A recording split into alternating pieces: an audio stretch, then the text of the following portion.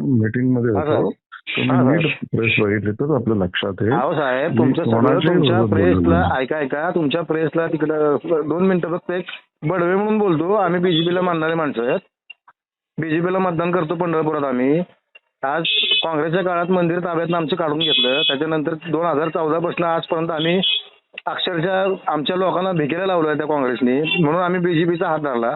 तर बीजेपी आमच्या डोंगरावर लाथा घालायला लागली. आणि तुम्हाला स्पष्ट सांगतो साहेब, बडव्यांचं ऐका बडव्यांचं नाव घ्यायचं अधिकार कोणालाच नाही. बडव्यांचा इतिहास खरंच तुम्ही एकदा माहिती करून घ्या. आज अफजल खान इथं स्वारी करून आला होता. औरंगजेब आला होता. प्लेगच्या काळामध्ये मंदिराचं संरक्षण बडव्यांनी केलंय. आता बोलू मी तुमचं ऐकलं तर? हा बोला. तुमचा गैरसमज होतोय. पूर्ण प्रेस बघितली तर गैरसमज होणार नाही. अहो पण बडवे नाव कशासाठी? आम्हाला त्रास होतो ना साहेब इथं. तुम्ही ऐकणार नसाल दादा तर कसं बोलणार? तुमचं ऐकलं की नाही मी? हा बोला. त्यामुळे तुमच्या त्रासाला मी समजून घेतो.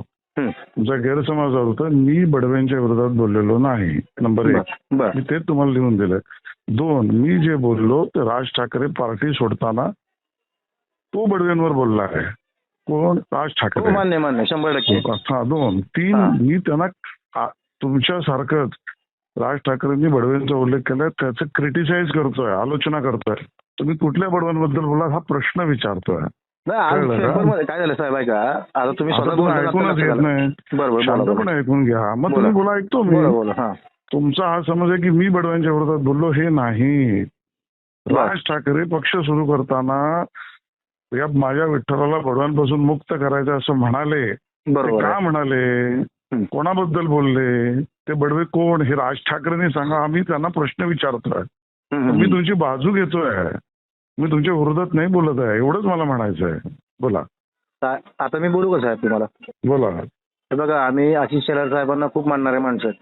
अरे मी आशिष शेलारच बोलतो. मी सारखे तुम्हाला SMS ला रिप्लाय केला. मी स्वतःच करतोय. तुमचा गैरसमज तिथेही करतोय. मी स्वतः करतो. आता मी मीटिंग मधून बाहेर आलो तेवढ्यासाठी. 2 मिनिटं फक्त माझं म्हणणं, फक्त 2 सेकंद मला बोलू द्या फक्त. आज आमची परिस्थिती इतकी वाईट अवस्थेत आहे साहेब. 10 ते 15 हजार लोकांचा समाज अक्षरशः रस्त्यावर या काँग्रेसच्या काळात काढलेला आहे सगळा. आज इतक्या वाईट अवस्थेत आमचा समाज असताना हे नाव येतं त्याबद्दल आम्हाला वाईट वाटतं साहेब. माझे वडील अक्षरशः तडफडून मेले मंदिर ताब्यातनं गेल्यानंतर.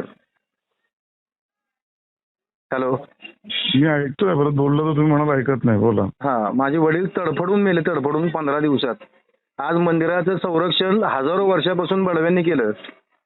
कट्टर हिंदुत्ववादी बडवे समाज आहे लक्षात ठेवा. आणि तो समाज कायम आजपर्यंत तुमच्याबरोबर आहे. ह्याच्या पुढेही तुमच्याबरोबर राहील. फक्त आमची एक तुम्हाला रिक्वेस्ट आहे की तुम्ही आमच्या बाजूने उभा राहा. तुम्ही आता मला तुम्ही बोललात ते मान्य आहे मला की तुम्ही बडव्यांची बाजू घेऊन बोललात. आता मी बोलू साहेब? हा बोला.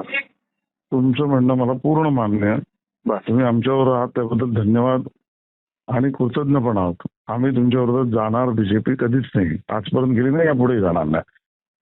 तुमची झालेली अडचण तुम्ही मला सांगितली. हा वेगळा विषय. त्याच्यासाठी आपण नक्की भेटू, नक्की बोलू, मार्ग काढू, मुख्यमंत्र्यांकडे जाऊ. काही अडचण नाही. आता गैरसमजापुरतं मी तुम्हाला क्लॅरिफाय करतो की हा विषय तो नव्हता आणि मी असं बोललेलं नाही. बीजेपी असं बोलणार नाही. एवढंच क्लॅरिफाय केलं. तुम्ही क्लॅरिफाय करून घ्या. एवढंच माझी विनंती. आणि आम्ही तुमच्यावर आहोत. बस. आणि तुम्हाला भेटायचं साहेब मला. मी पण मुंबईला येणार आहे. पुढच्या आठवड्यात या घरी भेटू आपण. हा पांडुरंगाचा प्रसाद घेऊन येतो. पांडुरंगाची मूर्ती, पांडुरंगाचा एक बडवे म्हणून बरं का, जे जुने पुजारी हजारो वर्षापासून. या नाही स्वागत करेन मी तुमचं. या. हा आणि फक्त एक आहे. आता मला जाऊ द्या मीटिंग मध्ये दादा. तुमच्यासाठी मी बाहेर आलो बोलायला. ओके ठीक आहे. चालेल. ओके.